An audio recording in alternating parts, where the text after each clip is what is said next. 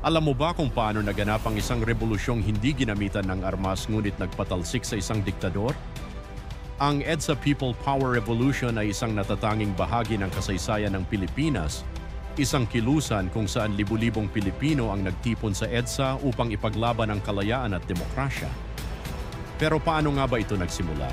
Huwag kalimutan i-subscribe o i-follow ang ating mga social media account, Kaalaman ng Pinoy, para updated kayo sa ating videos na tulad nito. Kung may request kayo na topic, pwede kayo mag-comment sa baba para gawan natin ang video at huwag kalimutan i-like at share. Magsimula tayo sa panahon ng Batas Militar. Noong 1972, idineklara ni Pangulong Ferdinand Marcos ang martial law dahilan upang the International Airport siya ay binaril at napatay. Nagising ang taumbayan.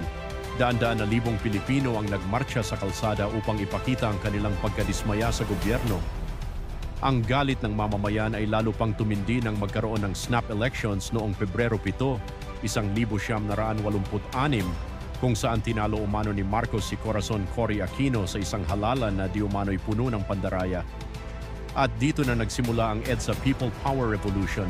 Mula Pebrero 22 hanggang Pebrero 25, 1986, milyon-milyong Pilipino ang nagtipon sa kahabaan ng EDSA. Kasama rito ang mga madre, pari, estudyante, manggagawa at mga ordinaryong mamamayan. Ang layunin nila? Isang mapayapang protesta upang ipahayag ang kanilang panawagang bumaba si Marcos sa pwesto. Ang nakakamanghang bahagi nito ay walang gamit na armas ang mga tao. Ang kanilang panlaban ay panalangin, pagkakaisa at pag-asa para sa isang mas magandang bukas.